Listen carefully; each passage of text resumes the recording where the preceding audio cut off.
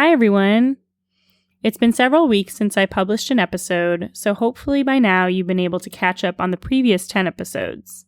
And if you had already, then thank you for your patience. If you're not sure how to find the episodes that are already published, you can visit www.mindyourbodydmt.com for all the episodes, or you can visit the Facebook page called Mind Your Body, a Dance Movement Therapy Perspective. And at the top of the page, you'll see several links for all the different platforms on which you can listen and find the episodes. If you have any questions, feel free to reach out. My contact information is also on the Facebook page. So here we are, episode 11, and today we're going to hear from Allison Winters, who's a board-certified dance movement therapist and licensed creative arts therapist, who specializes in treating veterans and military members. And currently, Allison coordinates a wellness program at an integrative treatment program for military service members with traumatic brain injury and psychological health conditions. It's so exciting to hear how Allison uses dance movement therapy and yoga approaches to help these individuals work through their emotional struggles that they feel that are manifested physically through pain and anxiety and a general feeling out of control. And it makes so much sense that using movement and the mind-body connection is an extremely effective way to help this population. Because now I don't know this, but I can't even imagine the experiences that they've had that are just too hard to put into words and too hard to express into words, that they can actually use this different form of expression to just start making sense of what they're going through and start finding meaning again in life. So anyway, I'm going to let Allison tell us all about it. Here we go. This is Mind Your Body, a dance movement therapy perspective on the integration of our emotional, cognitive, physical, and spiritual aspects of our being into one more aware and whole existence. Well, again, I just wanted to thank you for taking the time to allow me to interview you, and I saw your ADTA talk, and that really drew me in, and the topic of veterans and all the surrounding topics, I think, is kind of a big one right now in our current political climate. So I wanted to get your perspective from a dance therapy lens, and first I wanted to get to know a little bit more about who you are and how you came to specialize in treating veterans. So I guess a little background. So I grew up dancing and kind of danced through elementary school, middle school, into high school, went to college, and really wanted to keep dancing, but became interested in psychology as well. And then kind of stumbled across the field of dance movement therapy. Had never heard of it before. And eventually ended up going to school for dance therapy at Pratt. You know, while I was in school, I thought maybe I wanted to work with kids. And, you know, I had a couple of different internships working with various different populations. I was at a women's homeless shelter for my first year internship. And then I was in inpatient psych at a hospital and worked with kids, teenagers, adults. I was on a dementia unit too. So I really kind of worked with a spectrum of populations. But veterans had never really entered my mind. It was really... I was connected with a listserv for job openings, and I kept seeing stuff pop up for the VA for dance movement therapists. And it just kind of intrigued me and drew me in. And there was a position that opened up at a VA not too far from me, and I applied for it, and it kind of just went from there. And I ended up really loving it, and I'm still just very passionate about it. So it was, I didn't have any military in my immediate family. My grandfathers were in the military. my one grandfather died before I was born, but my other grandfather, he was in the Navy and during World War II, and it was clearly something that was an important part of his life. So a couple of my uncles were in the Army as well. So I definitely had some connection there, but it was, I feel like I eased right into it. I felt very comfortable working with that population, felt like I could connect with them. And yeah, it's just been going ever since. That was 2009 is when I started working at that VA. So 8 years. Wow. Yeah. So you hadn't had much experience before. Was there anything surprising to you about this population? No, I mean, I think that sometimes people have ideas about, especially if they have not been in the military, what it's like to be a military member, or, you can't ever really know. But, something that I learned early on in my dance therapy training was you can't ever really know anybody's experience. What we do know is emotion, and we share those emotions. We may not exactly understand somebody else's full experience, but we can connect on the emotional level. So that's kind of how I went into working with these men and women, knowing that I didn't know what it was like to, be in the military and to be in the service, but I was very open and honest about that. And I used that as a way to just let them tell me their experience, tell me your stories, and help me understand. And I think that has worked really well for me in working with this population, because, it just allows them to feel like they're being heard. And isn't that what we all want? Mm-hmm. As far as anything being surprising, I would say the biggest thing, big question that I get is like, okay, so you're a dance movement therapist and you work with military, like, how does that work? Don't you get a lot of resistance? And part of that is people's misunderstanding of dance movement therapy. They think that I'm going in and teaching tango lessons or something, which is not the case. Just sort of allowing the space for creativity, for movement, and providing that safe space, that it's okay to move and be creative in a way that you want to be and that you need to be. That the resistance, even if there is some resistance, it comes down pretty quickly. I feel like that there's a real need to be creative and to be in their bodies, because it's very stifled in the military. There's a mission, and, attending to your own self-care needs is often kind of pushed to the wayside. The mission is the important thing, and taking care of your comrades, right?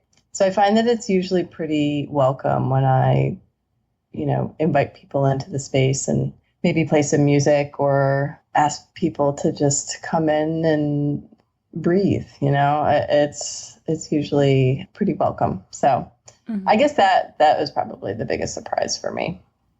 That they were less resistant. Yeah. But I think a big part of that is how I approach it. I let them come to the work, not, okay, this is what we're going to do today. And, they already have quite a bit of structure and rigidity in their lives. So, whatever happens is okay. If we end up moving a lot together, great. If we end up just kind of sitting and talking and being in the same space and, kind of mirroring one another in that way, then that's fine too. And so a lot of it is really how I approach it. But then, allowing for that opening and that, creating that safe space, I think really people will meet me there. There's that need to move and to feel some freedom from the rigidity. Yeah. Could you talk more about your approach using dance movement therapy? Like what it looks like? Yeah, what does it look like? So I've worked with a range of veterans and active duty service members. So it kind of depends on which population I'm working with. I mean, just like in the civilian population. So I've worked in a couple of VA nursing homes, and most of those veterans are, they live in the nursing home. Many of them have dementia or other cognitive issues going on, a lot of physical limitations. Majority are in wheelchairs. So there's some limitations on the kind of movement, and I kind of have to adapt based on, what they're able to do. But that generation, World War II, Korean War veterans, I find that dance was an important part of their social lives. I had so many veterans say, when I'll turn on some music kind of from their era, some of the big band stuff, and I see toes tapping and heads start moving around a little bit. And many of them started to recall, when they used to dance with their wives, and brought up all sorts of memories. So, and I would just kind of pick up on those movements and help develop the movements for them. And we would just kind of be in that space moving as much as, people would need to take rests, and, that's fine. But as the memories kind of start flowing, we'd talk about those. And then on the other end of the spectrum, when I'm working with the kind of younger active duty military, I often don't even use the word dance because that makes them nervous.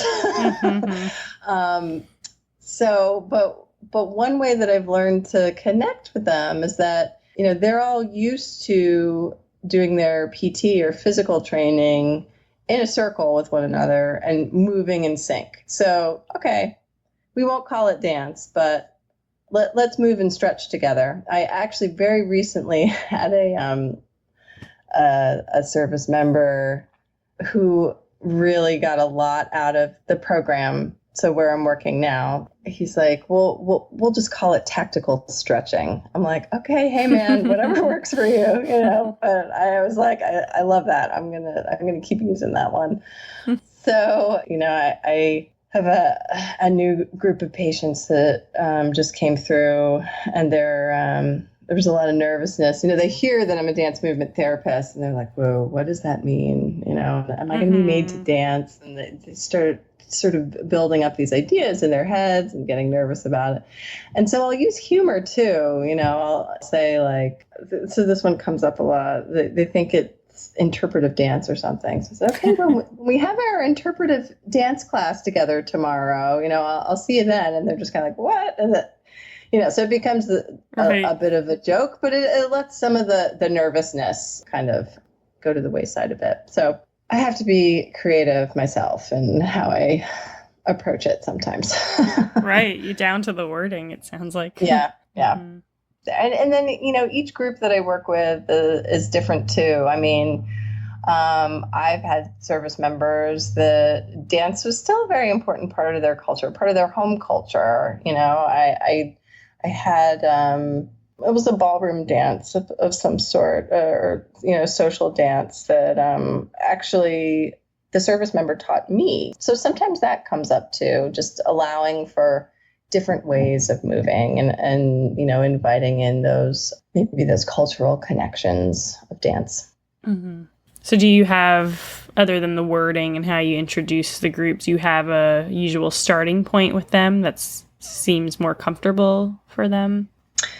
Yeah, well, with the program that I'm at now, I have a number of groups with each new cohort that comes in. So I mixed in some meditation and yoga. I'm a yoga instructor as well. And sometimes that can be a really helpful bridge. So the first couple groups I have with them, it's, let's talk about breathing. Let's talk about meditation. What is that? Let's pay attention to what you're feeling in your body as you start kind of slowing down your breathing and, tuning into sensations. And we talk about the nervous system and how it responds to stress. And And so that is often a big buy-in for them because it's like, oh, okay, this is real. There's like science behind this, you know.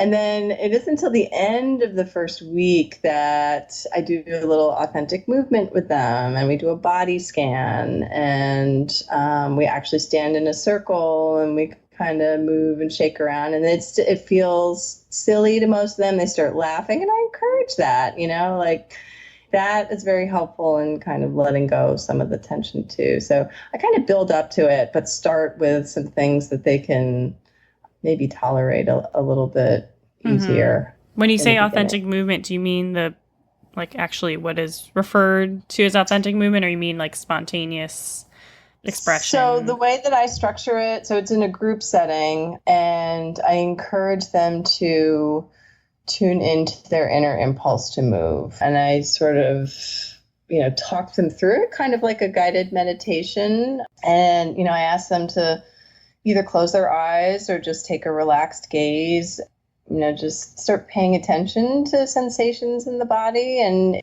pay attention to what your body wants, you know. And for a lot of them, they've never done this, or they haven't done it in a very long time. So I spend a lot of time creating that safe space for them. And before we even get to that, we actually moved in the circle together. We stretched, we did our tactical stretching, right? You know, I say, hey, if an impulse doesn't come, then that's fine. But if it feels like your body needs to move, needs to stretch, needs to be still, do what you need to do for yourself, you know, kind of looking at it as self-care. And whatever happens is fine. There's no, you know, wrong way. And that can be a hard thing to swallow too, because in the military, there's a right way and there's a wrong way. But I'll tell you, I mean, every week that I do that group, there are some incredible insights. You know, we get to process towards the end of the group.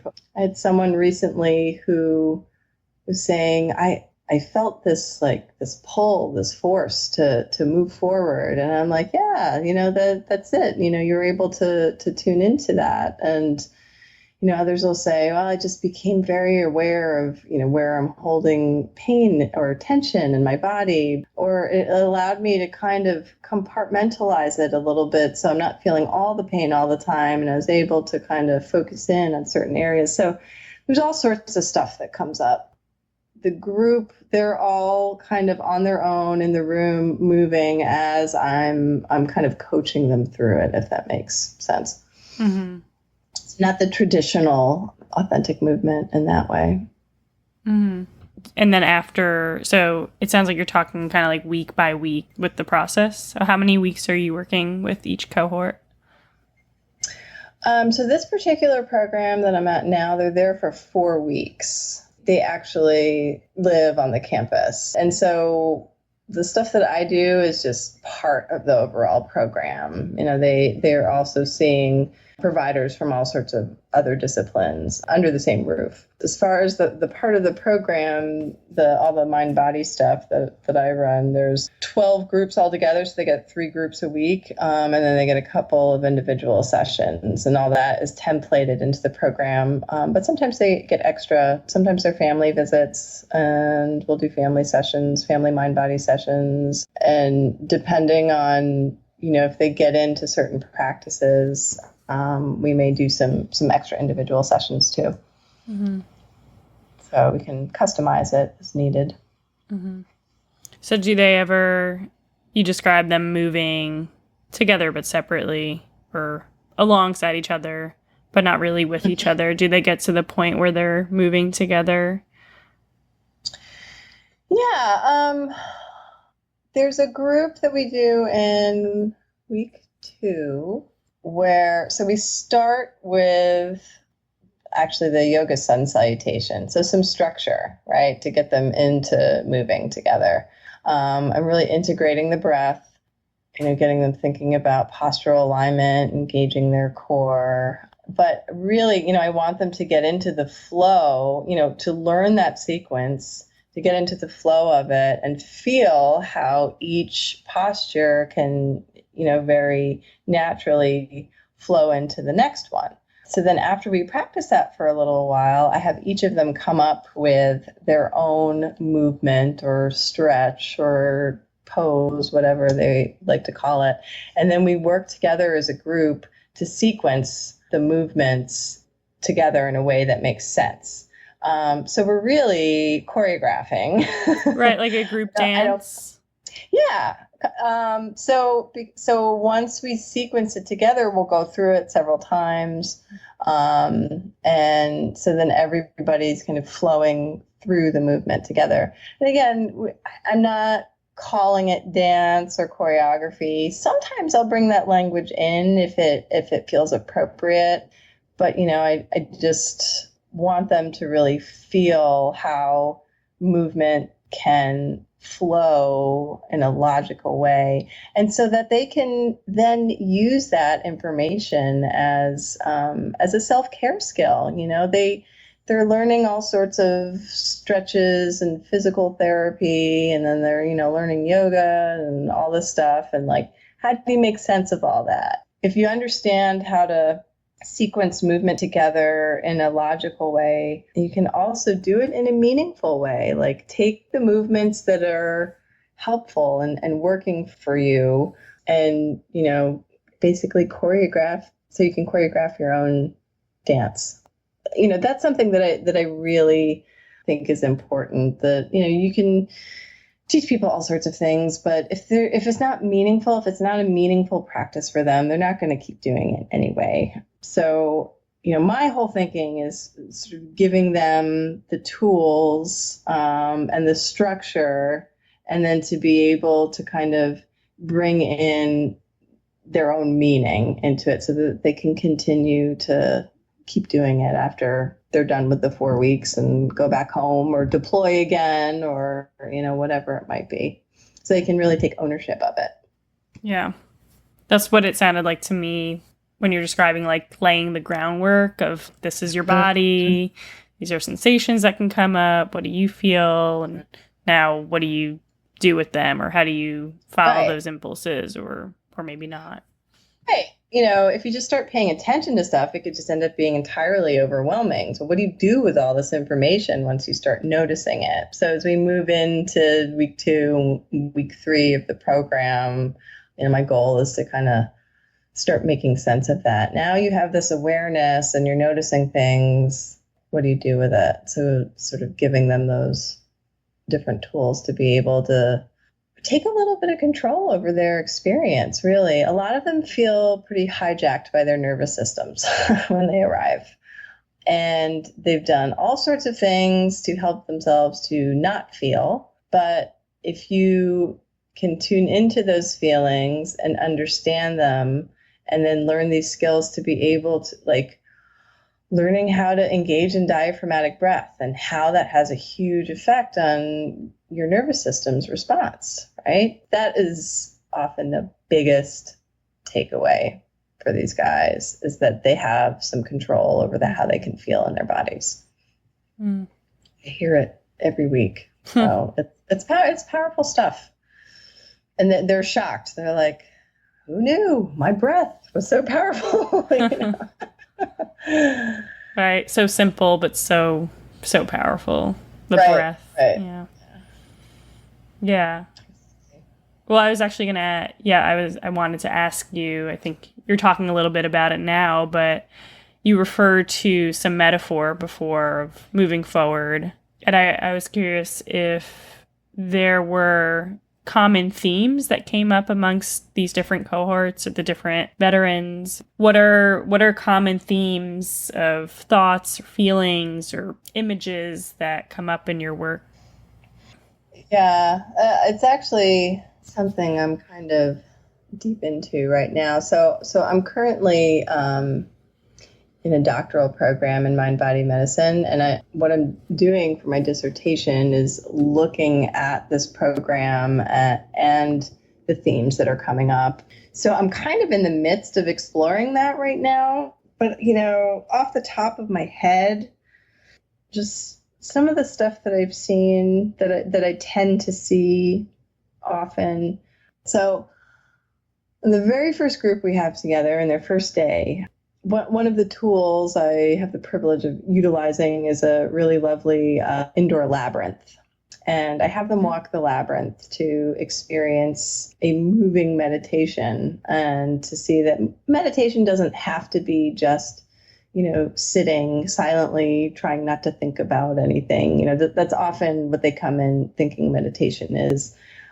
And, as you can imagine, it's day one. They don't really know each other. It's very overwhelming. There's a lot of information being thrown at them. And then, they're walking around in circles and like, what the heck is going on? So on the last day, in their last group, I have them return to the labyrinth. And sometimes some of them, go to the labyrinth again in the 4 weeks that they're there. But I have them think back to that day, that first day, and what they were thinking, what they were feeling when they first walked the labyrinth, and then just kind of reflect and compare a bit. And so what I see when I see them walk the labyrinth as a group the first day and the last day is that there's a general, for most of them, a general kind of softening in their bodies at that point. There's a just a much greater sense of mindfulness. Like their pace has slowed down immensely. Like they're really present. For the most part, it's that first day they're moving a lot quicker. They're trying to kind of navigate and not touch each other, and there's a lot more nervous energy. But I think that's a general kind of shift that I see as they go through the program, is that there's this softening, there's this kind of coming into themselves and being okay with that. I also see that they're often surprised by what they end up getting into. We also have an art therapy program, and we usually have a music therapy program. We're actually between music therapists right now, but a lot of times they arrive and they're like, "You want me to do arts and crafts?" And they get so into it, and they, by the end of it, they're just like, "I can't believe how meaningful this experience was for me." So that's something I see a lot, just the surprise for them and how meaningful and how engaged they've gotten in a lot of the various therapies and things that are available to them. And then I'll just, I kind of said it before, but the power of the breath. I mean, that's something that comes up a lot. They've done focused breathing in their military training for shooting, right? Some of the sailors have, in their training, have to do breath holds underwater, or even I've had a couple examples of people talking about how they focus their breath for skydiving too, when they're jumping out of planes. So it's interesting that they've accessed it, but it's been for a very different purpose. And it usually has not been for their own health and wellness. It's usually to hit a target or, to complete some task that's important to the mission. So that I see the little light bulbs go on, and like, oh, yes, this feels familiar. I know how to do this, but now I'm just going to use it in a different way. So that is usually very empowering for them too, because they're like, oh yeah, I don't have to completely learn something new. It's just kind of reframing it, how they're using it. Mm-hmm. Is there anything that comes up about what they wish other people could understand about them? Because there does seem to be a lot of misconception, as you also referenced earlier. Yeah, I guess, this is something I guess that surprised me, is that, so it's very popular for civilians when they see a service member in uniform say, "Thank you for your service." And it actually annoys the heck out of a lot of them. Which surprised me, but I kind of get it. If you've got random strangers coming up to you and saying that all the time, I think part of it is that, it goes back to nobody really understands what it means to have served and to have fought in a war unless you've been there. So I think sometimes it can feel, even though when people say that, when they express that sentiment, I think it's usually pretty genuine, and it's meant as a term of respect. But I think it's hard for some service members to swallow because it makes them think about what they actually have experienced, and that the person perhaps saying, thank you for your service really has no idea what they've been through. That's my kind of take on it. There's a lot of, two things, a lot of privacy around the war stories. I remember I had one service member saying that, like, this is mine. This is my story. And, just like it's his own and he can keep it. And he didn't want to share it with other people. It's something that just he and, who he was with kind of knew and understood. And so some privacy around that. And then the other part of it is that sometimes what service members have and veterans have experienced is really difficult to put into words and painful, and can be painful.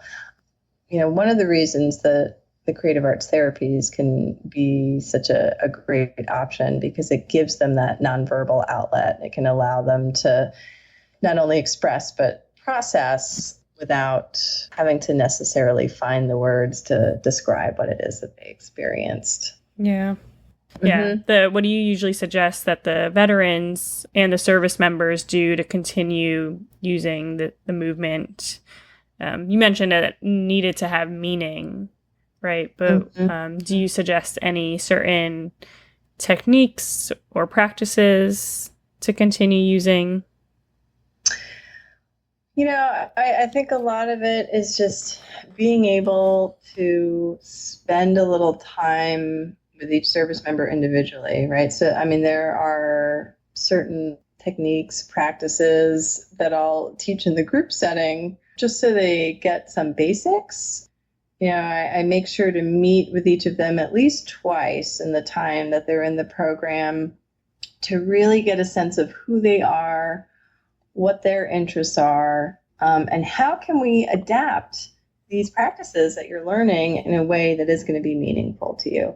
So, for example, there's one service member I was working with who, and this is true of a lot of them, had a very busy schedule with work, with family, and time is always their concern. Like, when am I going to have the time to do this? So, like, okay, well, you can probably find 5 minutes here, 5 minutes there. How can we let's look at how we can create a little practice that you're going to be able to do every day. So this one guy that I was working with, he turned out that he rode his bike to work like 3 times a week, and he was really enjoying some mantra repetition work that we were doing. I'm like, okay, let's come up with a meaningful mantra. And he did, but he did it for himself. I didn't ask him what it was. And so the plan was that he was going to ride his bike a little more mindfully, and he was going to bring that mantra to mind and kind of repeat it in rhythm with the pedaling of his bike.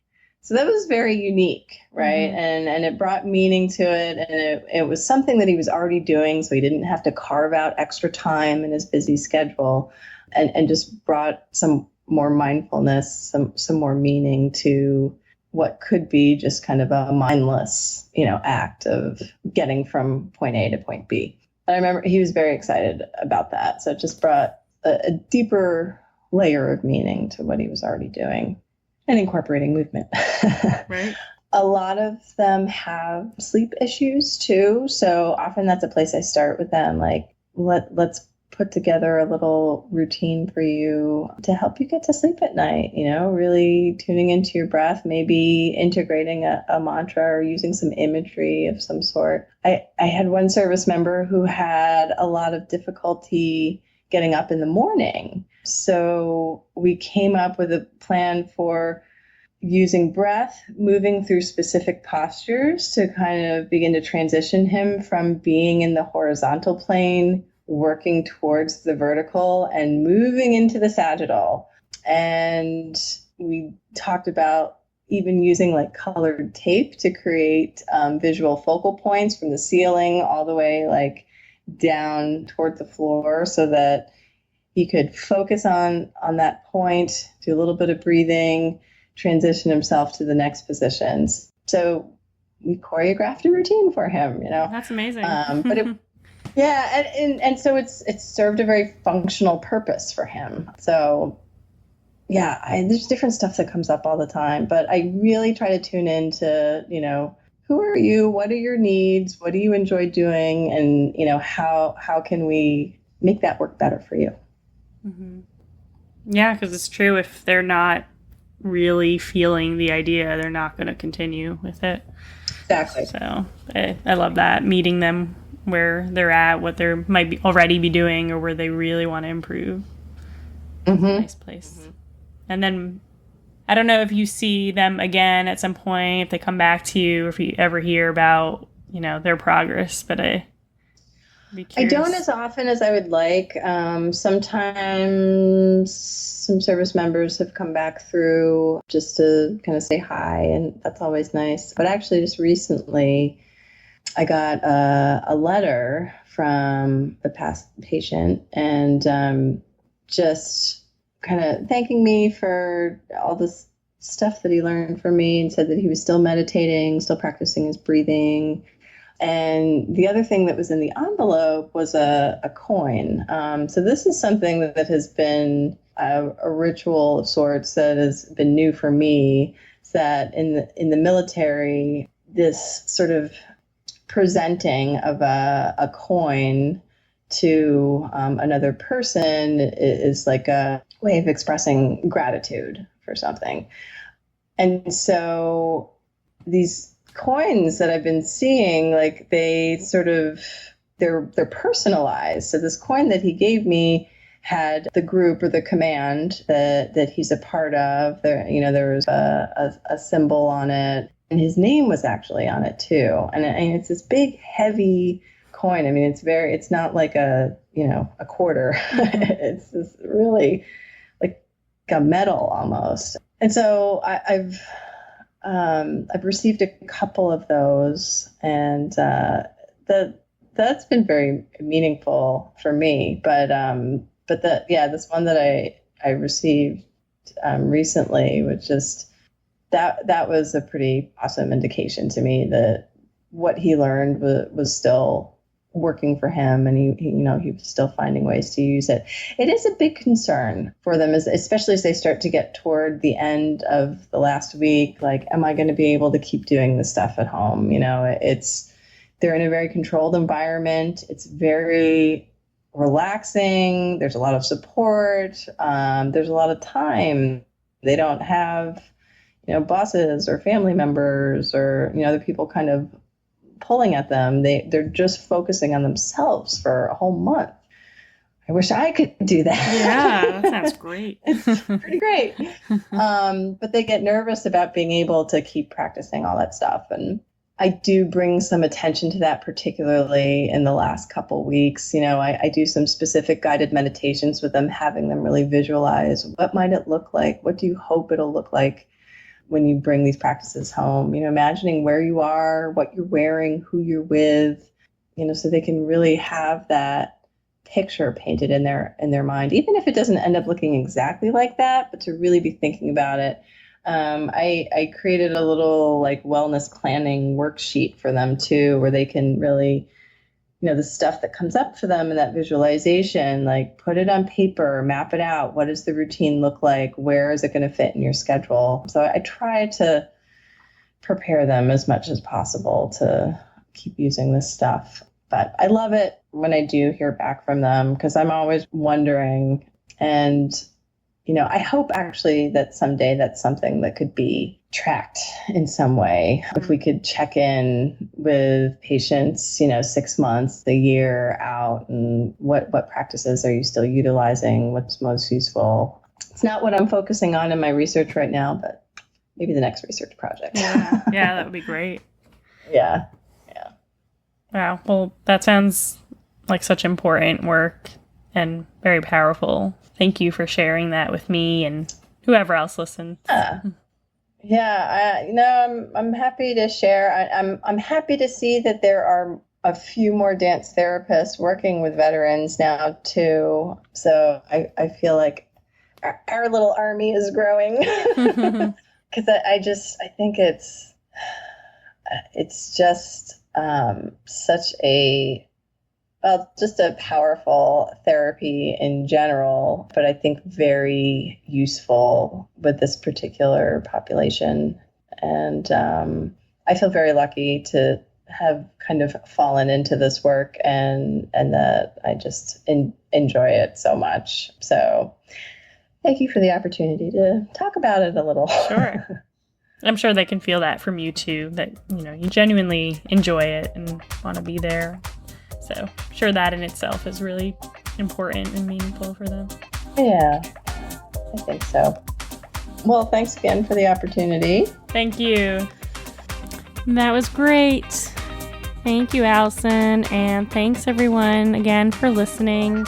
Stay tuned for another episode coming soon. Bye.